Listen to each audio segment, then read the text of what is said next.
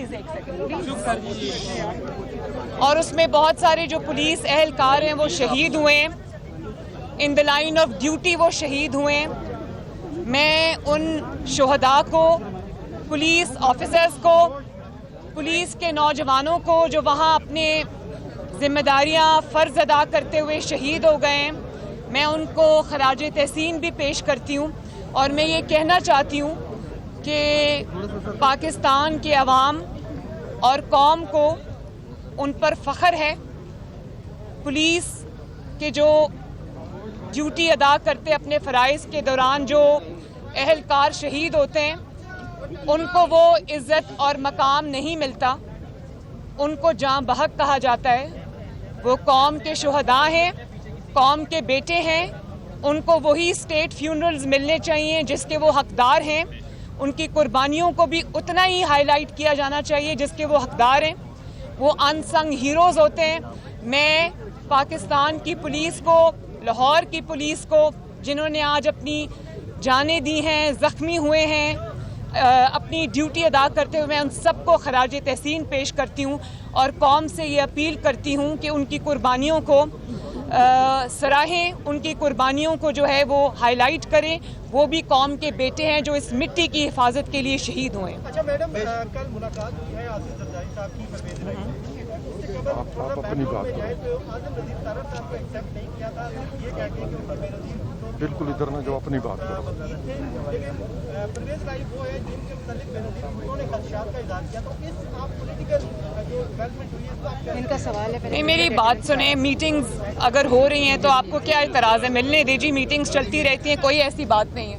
ये बताइएगा कि आपने पूछा था कि क्या अगर कश्मीर का मसला हल हो जाता है तो पाकिस्तान अपना न्यूक्लियर प्रोग्राम को रोल बैक कर लेगा? जो ये स्टेटमेंट आई है इसको आप कैसे देखते हैं? बहुत ही मुझे समझ नहीं आ रही कि मैं इस स्टेटमेंट को या इस स्टेट ऑफ माइंड को या एक ऐसे इंसान को मैं क्या नाम दूं या किस तरह से इसको कंस्ट्रू करूं जिसने इतनी अजीब बात की है। और जो कस्टोडियन, इनको ये पता होना चाहिए कि एक तो ये सिलेक्टेड है, ये अवाम का नुमाइंदा वज़ीर आज़म नहीं है, ये अवाम के रिप्रेजेंटेटिव प्राइम मिनिस्टर नहीं हैं। इनको अवाम के सर पे चोरी के ज़रिए मुसल्लत किया गया है और इनको किसी ने ये हक नहीं दिया कि अवाम ने अपनी कुर्बानियों के बाद जो एक स्टेटस हासिल किया है एटमी कुव्वत होने का, उसके ऊपर ये कोई कमेंट भी कर सके। ये उसके कस्टोडियन नहीं है। पाकिस्तान की जो एटमी सलाहियत है, जो जौहरी प्रोग्राम है, इमरान खान सिलेक्टेड उसका कस्टोडियन नहीं है। उसके कस्टोडियन 22 करोड़ अवाम हैं और उसको अमल में लाने के लिए, उसकी तामीर के लिए आज पाकिस्तान जो एटमी ताकत है उसके लिए बहुत कुर्बानियाँ कौम ने भी दी हैं, पाकिस्तान के मुंतखब नुमाइंदों ने भी दी हैं। जुल्फ़िकार अली भुट्टो शहीद हो गए और मियाँ नवाज शरीफ जो एटमी धमाके के जिनके सेहरा जिनके सर है, उन्होंने जिलावतनी उसके लिए बर्दाश्त की। आज तक वो इस चीज़ का निशाना बन रहे हैं। लेकिन मैं एक आपको बता दूं, कश्मीर का तो नाम आपको लेना ही नहीं चाहिए। कश्मीर का सौदा आप करके आए। आप अगर ये समझते हैं कि आप इस किस्म का स्टेटमेंट देकर आप कोई नई डिबेट खड़ी कर देंगे तो आप ये गलत कर रहे हैं। मैं आपको सिर्फ ये बता दूं कि पाकिस्तान का जो एटमी प्रोग्राम है वो 22 करोड़ अवाम का और पाकिस्तान की आने वाली नस्लों का, पाकिस्तान के नौजवानों की हिफाजत का, इस मिट्टी की हिफाजत का, इस मुल्क की हिफाजत का, इसकी सिक्योरिटी का ज़ामिन है। और अगर वो एटमी प्रोग्राम ना होता, वो एटॉमिक डेटरेंस क्रिएट ना होती, तो आज मसला कश्मीर के अलावा बहुत सारे ऐसे मसाइल खड़े हो जाते जो पाकिस्तान के लिए एक बहुत बड़ा इशू बन सकते थे। तो ये पाकिस्तान की हिफाजत का ज़ामिन है आने वाले वक्तों के लिए, आने वाले नस्लों के लिए। इसके ऊपर आपको एक सिलेक्टेड वज़ीर आज़म को इस किस्म का बयान देने का कोई हक नहीं। मरियम, इमरान खान ने जो खवातीन के लिबास के हवाले से कमेंट किया है और कहा है कि ये रेप के वाक़यात खवातीन के लिबास की वजह से होते हैं, तो आप उस पर क्या कहें? देखिए, जो बात इमरान खान साहब ने की है वो इन इटसेल्फ एक मुजरिमाना सोच की अक्कास है। उन्होंने ये बात करके कौम को ये बताया है कि उनके दिल के अंदर और दिमाग के अंदर किस किस्म की सोच के वो हामिल रहे हैं और किस किस्म की वो सोच रखते हैं। आप सोचें कि जो इंसान रेप को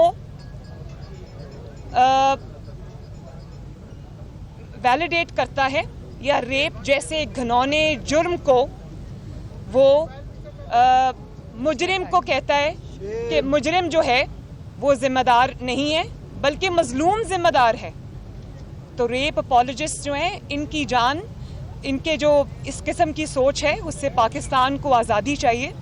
और मैं आपको एक और बात बता दूं, मेरे दिल को इसलिए तकलीफ़ हुई कि जो छोटे बच्चे ज़्यादती का निशाना बनते हैं, जो छोटी बच्चियां जैसे वो ज़ैनब थी, या वो जो मोटरवे पे खातून जिनका रेप हुआ उनके बच्चों के सामने, क्या वो इसलिए हुआ कि उन्होंने कुछ गलत कपड़े पहने हुए थे? आपको शर्म आनी चाहिए इस किस्म की बात करते हुए कि आप मुजरिम को वैलिडेट कर रहे हैं और मजलूम को उसका इल्ज़ाम दे रहे हैं। इसके लिए भी बहुत ही पस्त सोच की आई थिंक वो पस्त सोच है जिसकी उन्होंने अक्कासी की है। मैं इस पे भरपूर अपना एहतजाज रिकॉर्ड कराती हूँ। आपके बारे में ये सुना था कि आप ख़वातीन को तनकीद का निशाना बनाते हैं या उनके बारे में गलत ज़बान इस्तेमाल करते हैं। आज आपने जिस तरह से उन रेप विक्टिम्स की तौहीन की है, आप सोचें कि जिनके वालिदैन के छोटी छोटी बच्चियाँ, वो ज़ैनब फॉर एग्ज़ाम्पल, उसका जो रेप हुआ था, कत्ल हुआ था, उसके वालिदैन या और कोई जो विक्टिम्स हैं उनके वालिदैन को आज जितनी तकलीफ़ पहुंची होगी कि बजाय इसको कि उनको इंसाफ मिलता, उनके बच्चों को या उन ख़वातीन की फैमिलीज़ को आज ये शर्म आ रही होगी और तकलीफ़ हो रही होगी कि उन्हीं को विक्टिम्स को आपने जो है वो ज़िम्मेदार करार दे दिया। ये बहुत बुरी सोच है और इसका खात्मा पाकिस्तान में ज़रूरी है। ये बताइएगा कि एक तरफ इमरान खान जो है अमेरिका को अपने हवाई अड्डे देने से इनकार कर रहे हैं और दूसरी तरफ मोटरवे और तमाम हवाई अड्डे रखने का उन्होंने कल मंजूरी कैबिनेट ने दी। आप क्या समझते हैं? फिर मैं यही बात करूंगी कि आपने तो तारीख़ के बुलंद तरीन लेवल तक आप पाकिस्तान के कर्ज़ों को ले गए हैं और उन कर्ज़ों के इवज़ पूरे पाकिस्तान के अंदर मुझे एक ईंट भी आप दिखा दें जो आपने लगाई हो। जब आप पाकिस्तान की तरक्की में एक ईंट का इजाफा नहीं कर सके तो आपको किसने ये हक दिया कि आप पाकिस्तान की मोटरवेज़ को, पाकिस्तान के एयरपोर्ट्स को जो कि कौम की अमानत है, पाकिस्तान के बड़े बड़े मंसूबों को आप गिरवी रखें? और आप तो कंटेनर पे चढ़ के तकारीर किया करते थे ना कि मेरे पास 200 माहरीन की टीम है और हमारा होमवर्क मुकम्मल है और हमारे पास हम 9 दिन में तब्दीली ले आएंगे, हम 1 महीने में तब्दीली ले आएंगे और हमारे पास एक पूरा प्लान है। सबसे पहले तो आपका तीसरा बजट आपके चौथे वज़ीर ख़जाना ने पेश किया है और उसके बाद ये थी आपकी माहरीन की टीम, ये थी आपका होमवर्क, ये था आपका प्लान कि पाकिस्तान के जो नवाज शरीफ की अल्हम्दुलिल्लाह पाकिस्तान की खिदमत है। आप कहा करते थे कंटेनर पर चढ़कर कि सड़कें बनाने से, मोटरवेज़ बनाने से, मंसूबे लगाने से तरक्की नहीं होती, तो उन्हीं मंसूबों को आज गिरवी रखने से कौन सी तरक्की हो रही है? कौम ये जानना चाहती है कि सबसे पहले तो इस बात का जवाब दिया जाना चाहिए कि हमेशा मुल्क जो हैं वो मंसूबे लगाने के लिए कर्ज़े लिया करते हैं। कर्ज़े लेकर आवाम की जो अमानत मंसूबे हैं उनको गिरवी नहीं रखा करते। तो मुझे ये बताएं कि कौन आज आपके अताब से बचा है? क्या आपने कौम के लिए छोड़ा है? गरीब की रोटी से लेकर, उनके मंसूबों से लेकर, उनके चैन और सुकून से लेकर, कश्मीर से लेकर, क्या चीज़ आपके नाअहली, नालायकी और मुजरिमाना गफलत से बची है? और आज आप जब कह रहे हैं कि मोटरवेज़ और जो एयरपोर्ट्स हैं आप उनको गिरवी रखेंगे, तो सबसे पहले तो आप इस चीज़ का एतराफ़ करते हैं कि नवाज शरीफ ने अल्हम्दुलिल्लाह अपनी कौम के लिए इतने बड़े बड़े मंसूबे लगाए कि जिनको गिरवी रखकर आज आप कर्जे लेने की बात करें। तो ये तो इस चीज़ का इतराफ़ है कि नवाज शरीफ ने अल्हम्दुलिल्लाह इस मुल्क के लिए इतने बड़े बड़े काम किए। और अभी चंद साल पहले, ज़्यादा दूर नहीं है, 2018 का इलेक्शन से पहले, ये पाकिस्तान की तनज़्ज़ुली तो 2018 के बाद जब ये नाअहल को मुसल्लत किया गया है उसके बाद शुरू हुई है। उससे पहले आप ये देखें कि 5 साल में यही पाकिस्तान था, यही पाकिस्तान के रिसोर्सेज थे। और नवाज शरीफ ने माशाअल्लाह उन 5 सालों के अंदर, अपने टेन्योर के अंदर इतनी तरक्की पाकिस्तान की लोड शेडिंग के मंसूबे ख़त्म करने के मंसूबे लगाए, इतने बड़े बड़े प्लांट्स लगा दिए बिजली बनाने के 2-3 साल के अंदर, मोटरवेज़ का जाल बिछा दिया, इतने बड़े बड़े सीपैक के प्रोजेक्ट्स आए पाकिस्तान के अंदर। तो उस वक्त तो पाकिस्तान को गिरवी नहीं रखा हमने, और आज आप नवाज शरीफ के बनाए हुए अवाम के मंसूबों को आप गिरवी रख रहे हैं। पहले तो कौम को वो हिसाब चाहिए कि जो आपने कर्ज़ों के बोझ के नीचे, तारीखी कर्ज़ों के बोझ के लिए नीचे कौम को दबा दिया है, पहले तो उसका हिसाब दें कि वो कर्ज़े आपने खर्च कहाँ किए हैं। और ये कर्ज़े जो आप ले रहे हैं, ये माफियाज और कार्टल्स को नवाजने के लिए, आपको पता है ना, शुगर माफिया, आटा माफिया, दवाई माफिया, LNG माफिया, और ये जो रिंग रोड के आपके सामने स्कैंडल आया है कि अपने ही लोगों को, अपने ही वज़रा को नवाजा है। उन्होंने 1400 कनाल वहाँ पर ज़मीन बेची है, ख़रीदी है, और उसको उन्होंने उसका फ़ायदा उठाया है। और जब वो बात मंजर आम पे आती है तो आप रातों रात अपने जो मेंबर्स हैं, अपने जो पार्टी के अरकान हैं, ओहदेदार हैं, हुकूमत के ओहदेदार हैं, आप उनको रातों रात मुल्क से फ़रार करा देते हैं।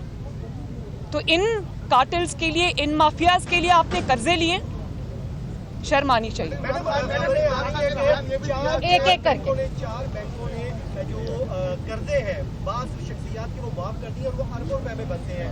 तो इसमें मुस्लिम लीग नून का क्या मौक़िफ़ है, बताइएगा। तो सॉरी, आप जरा फिर बताइए। 4 ऐसे बैंकों ने जो बास शख्सियात के जो कर्जे हैं जो अरबों रुपए में बनते थे उनको माफ कर दिया है मौजूदा दौरे हुकूमत में। तो क्या मुस्लिम लीग नून का तहरीक? मैंने अभी आपको यही बात की कि जो उनको हुकूमत को चलाने में, हुकूमत को, ये मरी हुई हुकूमत को जो वफात पा चुकी हुई है बहुत साल पहले, उसको ज़िंदा रखने के लिए, उसको चलाने के लिए उनको जिन जिन कंधों की ज़रूरत है, जिन जिन लोगों की ज़रूरत है, उनको बचाने के लिए वो पूरे पाकिस्तान को दाव पे भी लगा सकते हैं, उसके असासे गिरवी भी रख सकते हैं।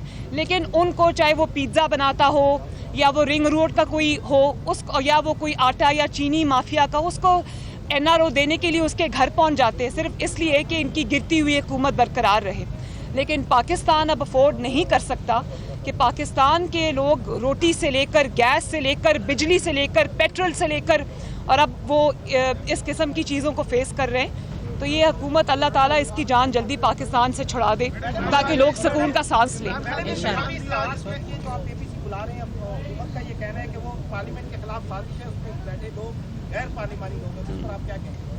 देखिए, इस हुकूमत का ना पार्लियामेंट से कोई ताल्लुक है, ना पार्लियामेंट की किसी भी चीज़ से उनका ताल्लुक है। ये मुसल्लत शुदा लोग हैं, ये पार्लियामेंट में पैराशूट के ज़रिए आए हैं, लाए गए हैं।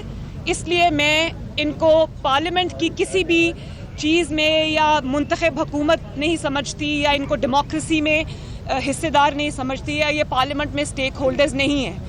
इनके स्टेक्स कहीं और जुड़े हुए हैं। इनको पार्लियामेंट के बारे में बात करने का कोई हक नहीं, क्योंकि ये अवामी नुमाइंदे नहीं हैं, बल्कि अवाम का वोट चोरी करके अवाम के सिरों पे मुसल्लत है, जिनकी वजह से आज अवाम जो है वो पिस गई है। जी, इलेक्शन में मुस्लिम लीग नून को कौन लीड करेगा? मोहम्मद नवाज शरीफ साहब। जी, लास्ट क्वेश्चन।